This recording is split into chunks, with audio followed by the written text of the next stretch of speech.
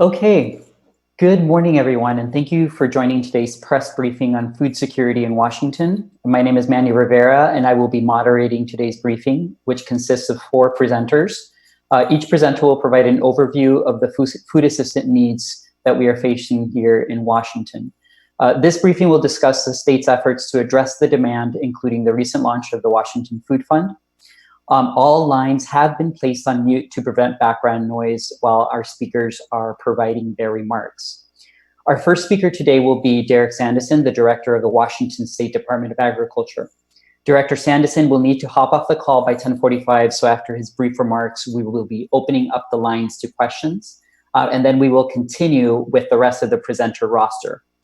Without further ado, I'd like to turn the call over to Director Sanderson. Well, thank you. And good morning. Over the last 6 weeks, we've been engaged in a struggle to provide food supplies to our at-risk population for food security in Washington State. This is a population that's grown significantly in that period of time, and we expect to continue to grow. We believe that at the present time, more than 2 times the baseline number of visitors to food pantries and food banks are occurring in the state of Washington. So we've essentially doubled, and it occurred in a very quickly. Virtually within 2 weeks, we were seeing this tremendous increase in demand that overwhelmed our existing capabilities to supply food to the at-risk population. We have an effective partnership, however. I mean, the baseline for food assistance in Washington is basically there's 3 NGOs that on an ongoing basis do the heavy lifting to provide food to Washingtonians in need.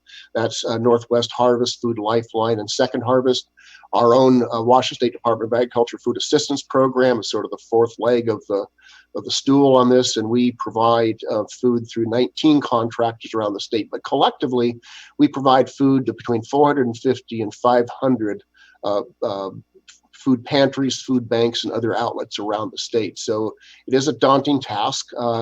Fortunately, again, we were able to quickly coordinate and get a program up and running to be able to meet the challenge. And so the governor's office and J.T. Austin, who's the policy person from the governor's office for the Department of Agriculture, worked closely with me. We formed a team to address the food needs in the state, and that includes DSHS that does the SNAP program. We have OSPI, that provides childhood nutrition, school meals. Of course, our department, the NGOs, and others that have worked together to meet this unprecedented challenge. And so at the present time, we figure that we're needing to provide about $6 million of food a week. That's just food per week to be able to meet this demand. So it's taking all of us working collectively. We were able to receive a $10 million allocation from the state supplemental operating budget, and that helped us get things back on their feet quickly in the early part of this crisis.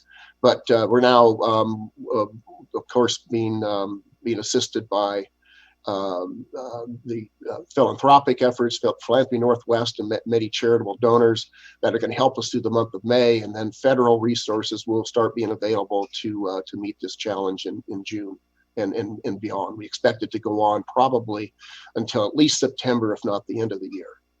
So that's kind of my opening comment. I know there's others on the call that can provide more definitive information. Thank you, Director Sanderson. And as I mentioned at the top of the call, the director only will be needing to hop off the call by 10:45. So if you have a question for Director Sanderson, please type your name and outlet in the chat box. And when we call on you, please unmute your line. So we'll pause for a couple of seconds for any questions on the chat box before continuing with the agenda.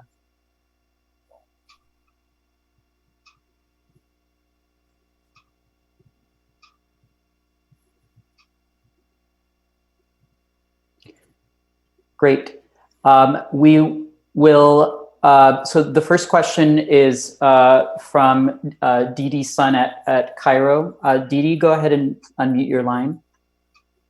Thanks, Director Sanderson. Yes, my question is, we have heard about the challenges that food banks especially, are facing about there are fewer donations from both restaurants and grocery stores because restaurants are closed and grocery stores are seeing customers shop more heavily. And so food banks have said, each dollar is able to stretch not as far when it comes to buying food for the people who need it. So can you kind of talk a little bit more in detail about the problem that we're seeing right now? Could there be a situation where these food banks are unable to meet the demand of people who are coming to them for food? Well, I think you have to look at the way in which food or the manner in which we distribute food has changed drastically in a matter of 1 month. The model that we were operating under before involved people coming to food pantries, food banks, selecting the products they need and departing the store. But because of social distancing, that model is no longer is no longer operable. We've gone instead to boxing up, packaging up food to be taken to curbside locations for distribution and that sort of thing. So it's not only more labor intensive, but we've had to rely more on what we call shelf stable products. So in the past, we always wanted to make sure we had plenty of perishable products, milk, eggs, cheese, vegetables, fruits, and that sort of thing available. But because of the volume of materials that we're having to pass through our facilities, it overwhelmed the ability to store for basically our cold storage capability. So it changed the type of, made a big change in the type of product we're distributing. In that regard, yes, we're in a highly competitive world to obtain those shelf-stable products, canned fruits, canned vegetables, packaged foods like macaroni and cheese, that sort of thing. And so we're literally in a situation where we're on the phone competing with the suppliers, competing with grocery chains, and for that matter, other efforts to meet the need for food supplies for those in need, and including state of Oregon had about an $8 million purchasing effort underway about the same time we were doing something very similar. So yes, there's higher competition. We're paying higher prices than we normally would because we wouldn't be focusing necessarily on these kinds of products, and again relying more on what's locally available and what's and including perishable food. So we're in a position where we're starting to now bring the perishables back in to the supply, but it's going to take a while for things to equilibrate. Great, thank you, Dee Dee. The next question comes from Bellany Pilthrop. Bellany, please feel free to unmute your line. Hi there, I'm with KNKX Public Radio. Just wondering, I know that there's been talk of federal food stores and supplies kind of coming, I think around July is what I remember. And I'm just wondering sort of where we're at in that cycle of what we can expect in terms of federal help and, what needs to be done here as we wait. Right. So we've sort of sequenced this from the start of the crisis. We received, or at the start of the crisis, we received a $10 million allocation from the supplemental budget, and that helped us gap fill in April. We're in some of the products we purchased that are still arriving at the distribution centers. We're into a phase now in May where we're counting very heavily on philanthropic contributions, charitable contributions that will help us get to the point at which we will get ongoing federal support. And two ways in which we'll receive that. One is the CARES Act stabilization dollars, which will be allocated in the near future. The other is the U.S. Department of Agriculture's CFAP program, which stands for Coronavirus Food Assistance Program. That will continue likely through the end of the year. It involves monthly deliveries of fresh food, and that includes basically milk, fruits and vegetables, and protein sources of especially meats. So that will start, we hope, in June. And what the federal, right now, what we think the federal capability will be is about, at least through the CFAP program, about 1 week's supply of food per month. So we'll be continuing to rely on other sources besides that, but we our state resources, the resources that the NGOs, the Food Lifeline, Northwest Harvest, Second Harvest, are able to bring to the table, the philanthropic effort, and again, CARES stabilization funding that will hopefully carry us through to the end of the year. Maybe you said this already, but how close are we to meeting those needs? I mean, if we're only getting a week's worth of food from the feds when that comes, that's only a quarter of the need. That's one source. So it's the CFAP, or the Food Assistance Program USDA is setting up. We believe that's approximately how much will come from that stream. But again, we're managing other food streams. There's also the U.S. Department of Agriculture's what they call the TFAP program, or the Emergency Food Assistance Program. That's an existing program that has been supplying our state for some time. And so we make regular orders through that program, but we cobble together different sources of funding to meet this need. So there's not a single, we don't have a single account we go to and say, this takes care of all our needs. It takes some ingenuity. It takes some careful planning to make sure that we're able to fill what we refer to as gaps. And so we're always looking ahead to identify what the next gap is, what shortage, what particular product we're going to need, whether it's peanut butter, tuna fish, we'll see. But the other thing we're counting on is, as the growing season continues, that we'll be able to incorporate a lot of the products grown in Washington, fruits, vegetables, and so on. We're already starting to incorporate milk. The Dairy Gold Corporation has been very generous in terms of providing milk. So one of the primary focuses of what we're trying to do is to improve our ability to store products, cold storage, provide cold storage, provide refrigerated transportation as well. So collectively, we'll find a way through this. Great. Thank you, Director Sanderson. And understanding the demands on your time, we will continue with the briefing with the rest of the participants. And just for the folks on the line to know, we will be opening up the line again at the end of the call after participants have delivered their remarks for additional questions. Thank you. Our next speaker is Katie Rains, Food Assistance Specialist at the Washington State Department of Agriculture. Again, all remaining speakers will be able to answer questions at the end. So Katie, I'll turn it over to you.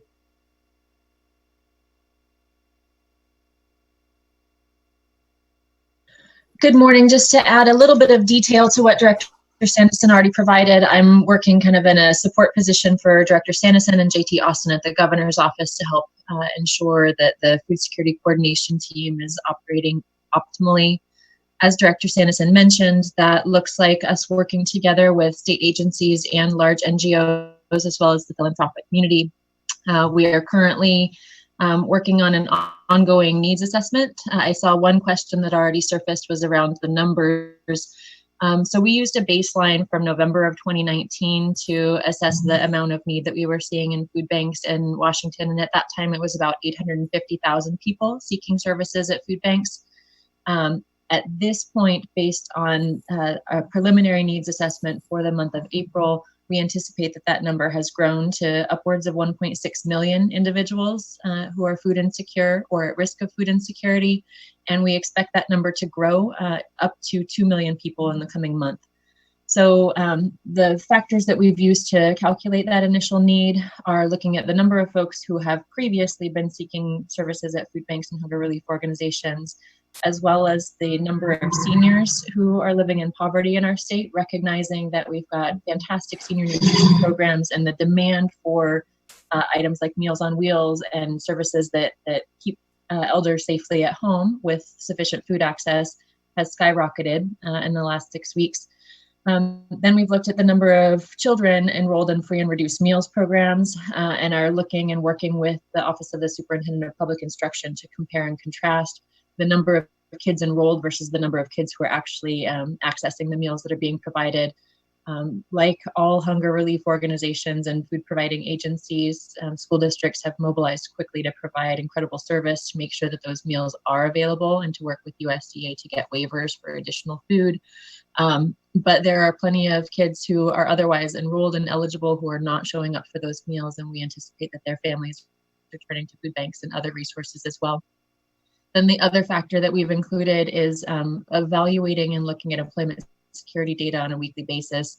As of last week, more than 700,000 Washingtonians have filed for unemployment since the beginning of the pandemic, or since the beginning of the Stay Home and Stay Healthy directive. We know that many of those individuals are currently waiting for unemployment resources to show up in their bank account, and food banks and hunger relief organizations are typically the first and last stop for folks who are newly food insecure while you wait for other resources to be available. So we can certainly provide more later in Q&A format, but thanks for having us today. Great. Thank you, Katie. Our next speaker is Leslie Connolly, Budget Assistant to Governor Inslee for Natural Resources at the Washington State Office of Financial Management. Leslie?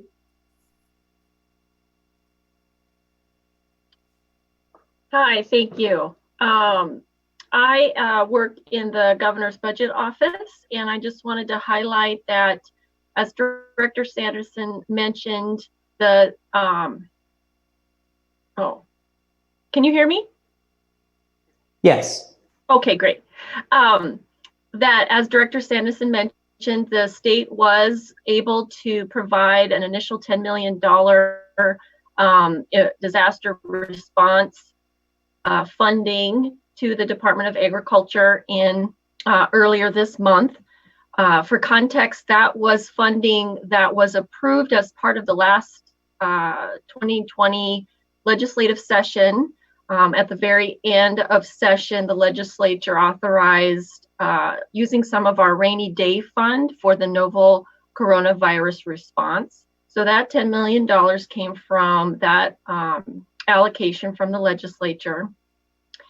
That funding, that Katie Rains can speak to very specifically, but that funding went mostly to purchase food, as well as to increase our support for the partner organizations that the department contracts with for the Emergency Food Assistance Program.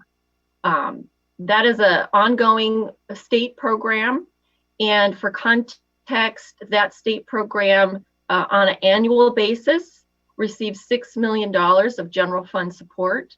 So you can imagine that comparing that to infusing an additional $10 million in 1 month as context. And Katie can speak to the future need some more, but that's the highlights of the funding that the state's provided so far. Great. Thank you so much, Leslie.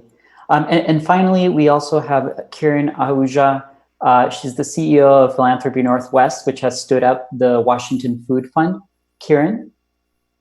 Yes. Hi, everyone. Karen Ahuja, and thanks for joining us on this call. I just had just a few comments talking about the importance of the Washington Food Fund, and certainly, as we've heard from our colleagues in state government, this has really been an unprecedented period of having to manage both the disruption in both how the food banks normally operate with, where the food is coming in, as well as what the storage facilities look like, how that food is distributed, in addition to just the rising demand of food insecurity, or the rise in food insecurity in the state of Washington.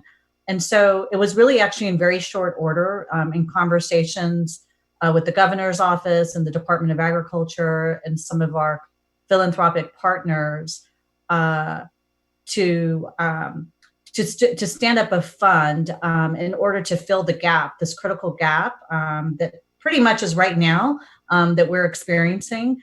Certainly, we've heard that they've gotten some infusion of resources of $10 million from the supplemental budget, as well as accessing some other programs. But until that federal relief kicks in, there really was a call to the philanthropic sector and frankly, individuals across the state to help out as much as we can and to be able to fill that gap. And so that's what we're doing. We've set up the fund at Philanthropy Northwest. We both have a GoFundMe site that pulls in individual donations, as well as we've been doing a pretty extensive outreach to many of our philanthropic institutions, both on the corporate side and many of the family foundations and private foundations that exist in our state. And folks have been stepping up. We've raised about $3 million at this point. And as soon as we raise that money, we are cutting the checks that go out the door back to the food banks in order to procure this food in bulk. And I think that has been the big issue, is that things have completely upended, and food has to be purchased in bulk. There now has to be shelf-stable food versus relying as much on perishable foods, and to actually be able to compete and purchase that food in pretty large quantities. So therefore, the food fund in aggregate form was really, really important. I will tell you that so far we've had 5,000 individuals give to this campaign. We've had more than 20 institutions contribute from as low as 5,000, and that's not low, but 5,000 to almost 400,000 from their institutions. But as you can see, we have a really critical gap to fill, especially in May. And I'm sure Katie will go into some of the details regarding what is the need or the amount of money that's needed per week to fill that gap. I will tell you that right now we have a goal of 11 million to raise to be able to provide those resources to supplement this gap and get us to the time where June and July, those federal resources will be kicking in. But the more and more that I know our state partners are involved in this and crunching those numbers, and as those joblessness numbers go up, I'm afraid that 11 million will probably not be enough. And so that continues to change. And we just are really hopeful with your support and the support of our philanthropic community that we can meet this goal, realizing that it is pretty unprecedented to try to raise this amount in a very short period of time. But we're going to do our very best to do so because, a lot of lives are at stake. So Manny, I'll stop there. Great. Thank you so much, Karen. And that concludes our initial remarks. If you have questions for our speakers, please add your name and outlet to the chat box, and we will go through questions in that order. I know that we already have some questions that are queued up, so we will start first with James Drew. James, please unmute your line. Thank you. My understanding is that the National Guard was needed because the sharp decline in the number of volunteers to food banks, and many of those volunteers being over the age of 60 and subject to the stay-at-home order. I was wondering if you could give a status report on the volunteers at food banks and if there's a projection of when they can return. Katie, is that a question that you can address?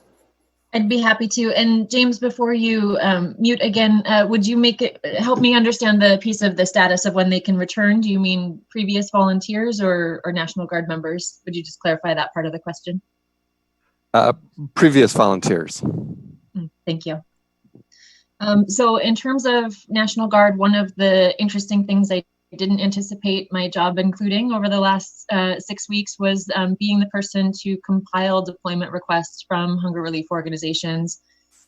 Between late March and April 15th, I helped mobilize 300 guardsmen to 9 counties and over 17 sites around the state. Effective last week, or 2 weeks ago on the 15th, the State Emergency Operations Center had been able to stand up what is called the Human Services Branch that is coordinating volunteers and donations, including partnership with the National Guard, which is referred to as Emergency Support Function 20 in EOC language. They're working alongside Team Rubicon members, AmeriCorps members, Conservation Corps members, and Red Cross volunteers, and now have taken over deployment requests and are looking at what the correct fit for each type of organization is.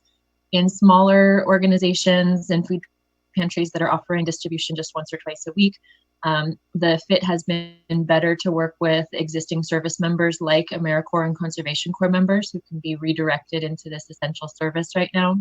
But for larger organizations like the packing of emergency food boxes at our 3 largest NGO partners, Food Lifeline, Second Harvest, and Northwest Harvest, they've got dozens, if not hundreds, depending on the organization, of guardsmen currently working assembly lines and repacking bulk product and packing those emergency boxes onto pallets to get them out across the state. The second question with regard to when we can see volunteers return, certainly many food banks are still welcoming new volunteers and are adopting different protocols just as you would in any other essential business to have folks verify if they've had any symptoms or been around anyone with symptoms, and so doing some self-assessment. In terms of when some of our older adult volunteers might return, of course, that has everything to do with the changes in the stay home and stay healthy order, and that continues to unfold. So I can't really estimate when folks will be returning to their regular volunteer service. I know that we have ongoing support from the governor's office to deploy National Guard and other secure volunteer resources through the Human Services Branch for the foreseeable future. Thank you, Katie. Our next question comes from Ryan Harris with Como. Hi, thanks for that. And there's a couple of people obviously that had the same or similar questions, so I'll try to incorporate them all. And of course, we've all seen these pictures of thousands of gallons of milk being dumped, vegetable crops being destroyed. Are there any efforts to try to get our hands on some of that stuff to put it to food banks? And the other part of the question somebody asked was, are we seeing any products being destroyed here in Washington?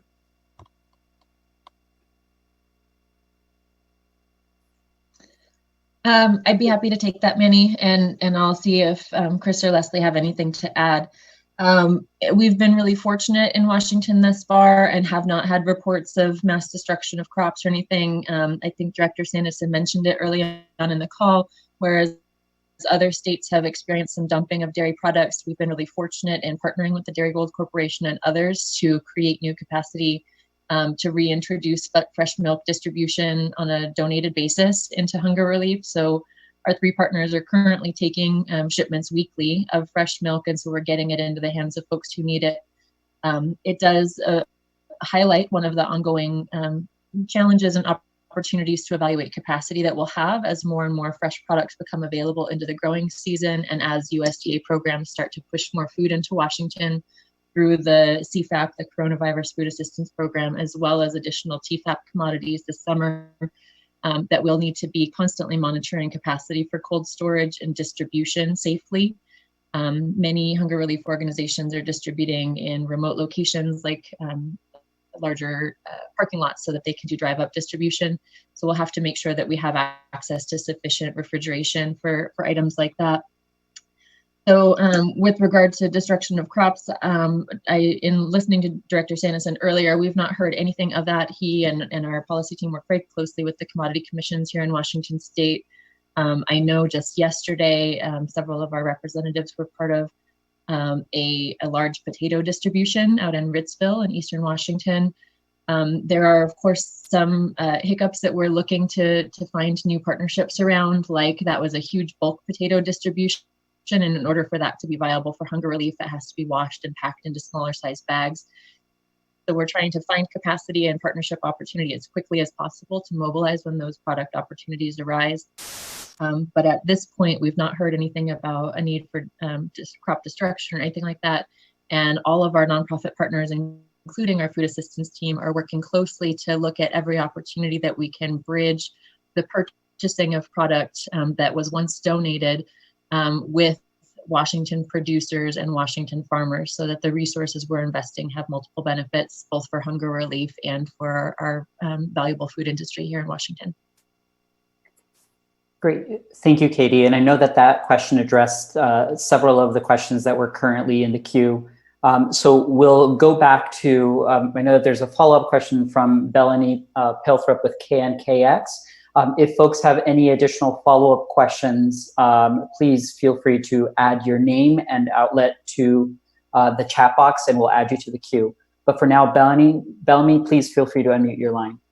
Thanks. So Kieran, as I understand it, at the beginning, the goal was 13 million. And I think you said now you have 3 and you still need 11. So I'm wondering if you can confirm that you need an extra $1 million since the beginning of the launch of this fund. And I guess I'm just a little bit concerned because I feel like the fundraising is not, I mean, you've raised an enormous amount of money, but there's so much more to do. So what's your strategy? What are you thinking? How do we get through this? I think I need you on my team. You're asking all the right questions. But yes, so the 13 million was originally the number that we were able to pull together based on where the state assessment at that point around the burn rate of like what they needed each week, which I believe, Katie, at the time was like 3.5 million, which has now gone up because of joblessness numbers to, I think, 5.5 million to $6 million dollars a week that's needed to cover the expenses for food purchasing and storage and transportation and all that. So, the 11 million is actually covering what we understand a gap of just the first 2 weeks in May. To be honest with you, kind of in real time on this call, I feel like, in fact, we need to go beyond that 11 million. And I think the state is trying to do as much as they can, as quickly as they can to make those assessments. I just think it is changing day by day and week by week.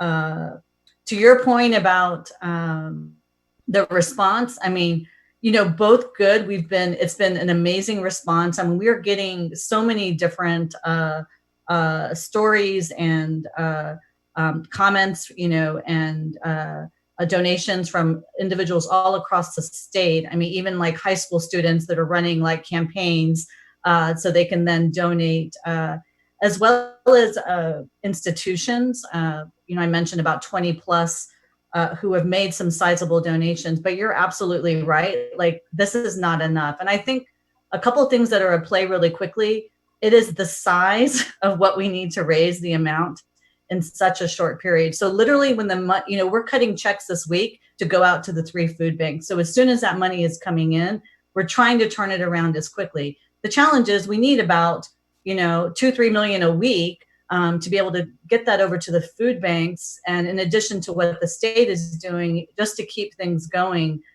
through the month of May. So, we just came off of a donor call right before this one, where we made, I think it was really helpful for them to hear directly from our state officials around the complexity of the problem. I think for us, as we were trying to answer those questions, we're not the experts. We can certainly talk about the need in some general sense, but we are really asking folks to dig deep. I will say also, for better or for worse, there's probably a bit of donor fatigue already setting in. I think our members, as a part of the Philanthropy Northwest Network, are being asked to do a lot. And I think, frankly, there are questions about what is the role of government? Like, how much should they be stepping in? Can philanthropy really fill the gap? And I certainly understand those questions, and I think they're completely valid for someone who has worked formerly in government too. There is very much a role. I think the reality is there is this lag time that exists for when this federal money is going to kick in. There's nothing we can do about that. These are certainly unprecedented times, and everyone is scrambling. Systems are broken. New distribution channels have to be set up. So we're just asking our network that that we really need to step up, and that yes, philanthropy can't necessarily replace government dollars, but and we realize that many folks are very much suffering in our state right now, but we need to do as much as we can. And so I think, we're going to continue to ramp up our appeal around social media and the individual donor.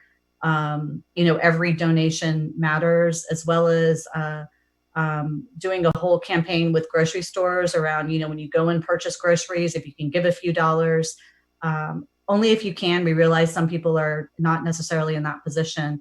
And we will continue to basically knock on doors. I think we've reached out to probably 100 institutions over the course of the few weeks to talk about how dire the situation is, and your help as well, getting the word out. So thank you. That's right. And I think one thing that's important, and maybe Katie, you want to add something to this, but this call is showing that philanthropy and government are working together. And we want to make sure that especially press are hearing from folks that are on the front lines on this issue. Katie, is there anything you would like to add? Yeah, I just wanted to offer a little further clarification of the efforts underway to secure additional funding through government channels, as well as to validate the cost estimate. Back when we first stood up the Washington Food Fund, it was based on predictions of food costs, and then we did 2 weeks of feverish purchasing and procurement in partnership with our NGOs, based on the state relief funding that was provided through the governor's office. That showed us that actually what we had underestimated the cost, and there are a few reasons. The enormous demand for the types of shelf-stable product really made it such that when food banks had previously been in the business of purchasing, it was almost always at a discounted rate. And because of interruptions in demand and redirection of products needed in greater volumes in retail and in hunger relief, including in partners states like Oregon and California, we discovered that those deals aren't really on the table right now. We do expect that to change in the coming weeks, but we've been doing purchasing at wholesale pricing, which has had an impact.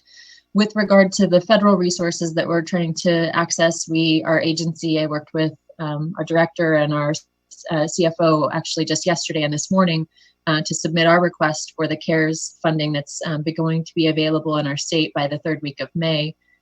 It's in state now. I think Leslie could speak to that further, but we are putting our proposal forward, and of course, the whole situation continues to evolve, and the impact between USDA kind of waivers that are in place now, and which of those may or may not be extended into the summer months, as well as the launch of new programs funded through Families First and CARES.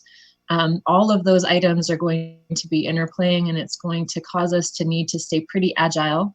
And so we're predicting what we think we may need, but right now we're looking at the next 2 months, May and June, being the period where we anticipate needing to continue to provide these emergency food boxes around the state through our NGO partners.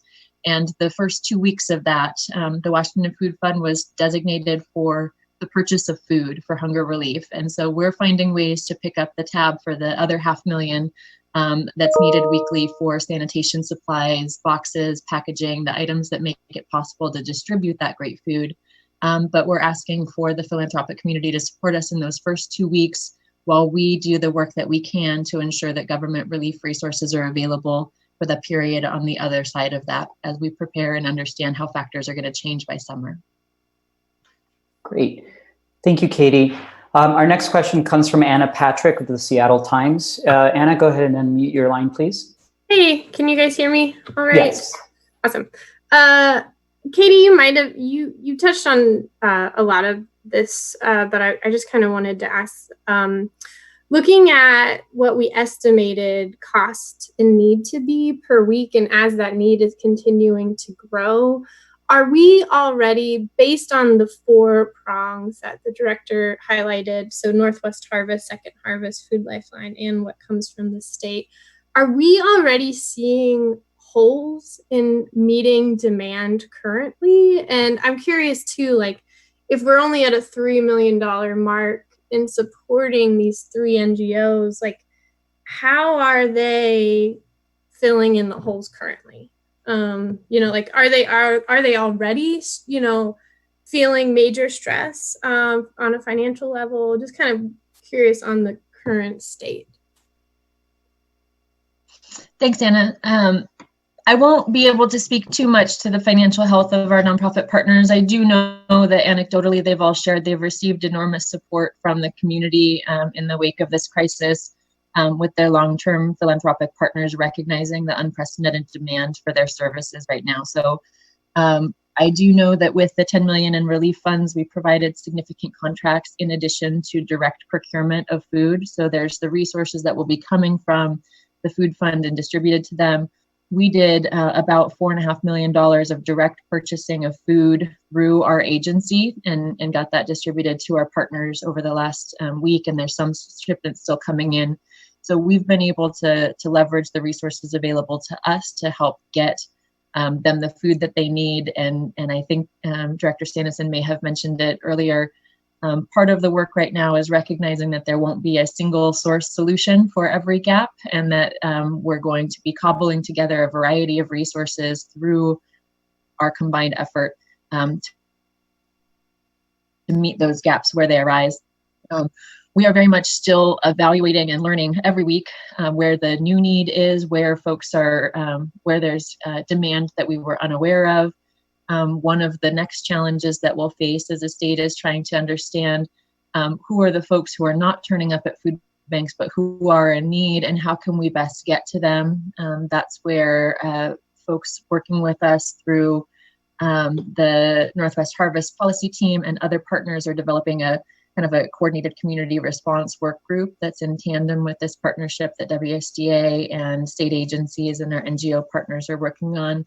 So trying to create linkages between individual community responses and our efforts so that they can help inform us of where additional resources need to be diverted. And also there's some incredible partnerships already emerging around the state. I know Lewis County was recently highlighted for a partnership with their transit system, a logistics center, and their senior nutrition program. So they're finding ways to innovate and provide breweries and other things. So it will continue to adapt, but we're doing a great job as a state and as a community in finding the need and addressing it as creatively and quickly as possible. Thanks, Katie. Can I ask one more tiny follow-up? Just curious, I know the state is tracking when food banks or food pantries are having to close or change hours of operation and whatnot. I'm just curious if you all have seen over the last couple of weeks, have you seen more food pantries or food banks have to close their doors because they are not able to meet demand? It makes me want to go to our partner organization, the Washington Food Coalition's website. They have been advertising that information on their website so that we know what it has looked like changes in distribution. So in the past, when it might have been a shopping model where you had all your customers come in and pick out the foods that they wanted and potentially in close quarters, depending on the size of your space, that's not appropriate during this current social distancing requirements. And so in some cases, it's looked like notifying the public that actually we're going to be partnering with a local car dealership who's not operating right now and do drive-up distribution there. I know that that was the case up in Chelan-Douglas County.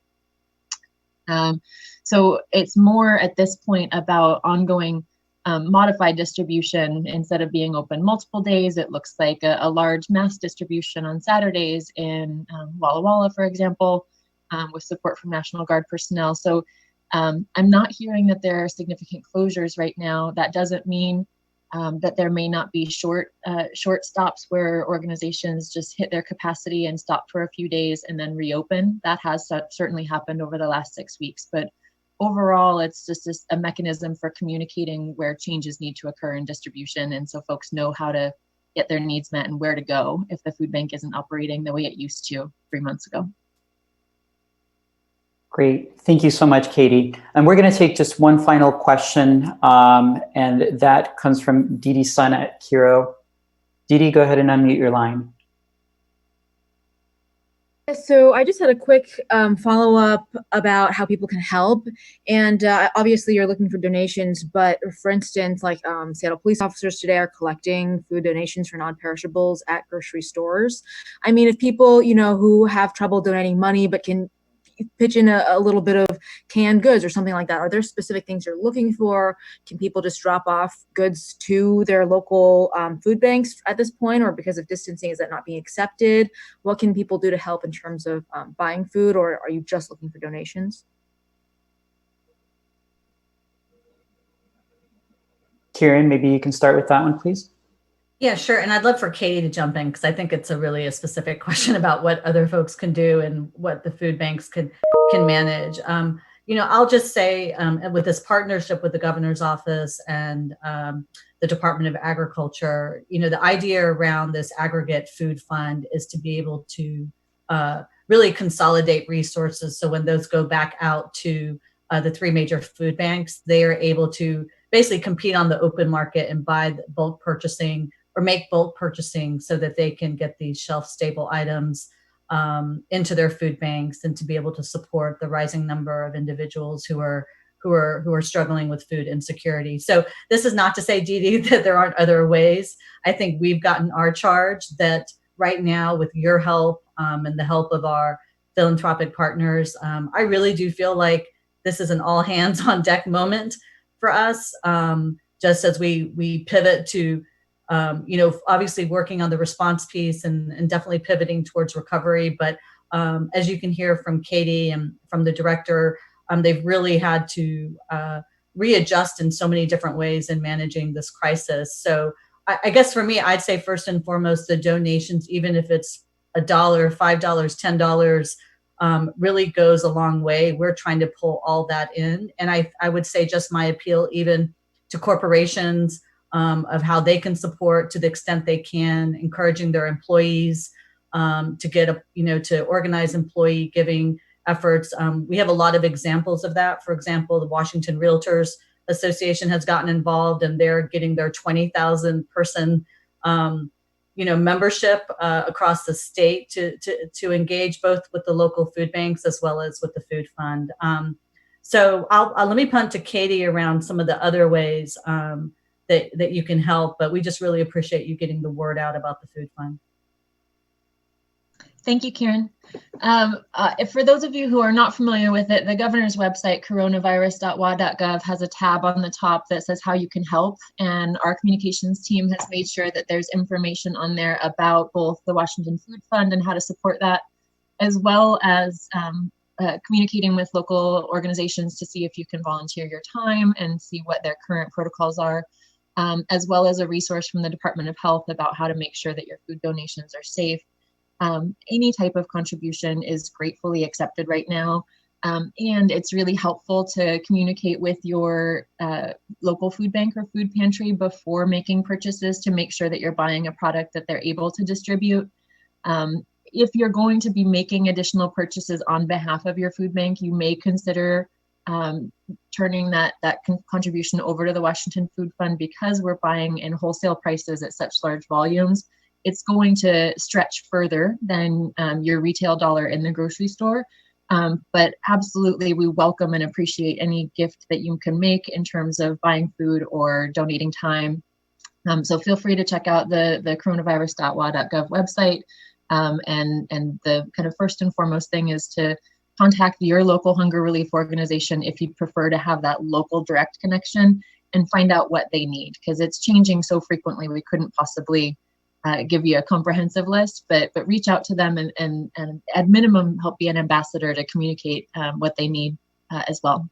Thanks. Great. Thank you so much, Katie and Karen. And thank you all again for joining us today. That ends our call for today. And as we mentioned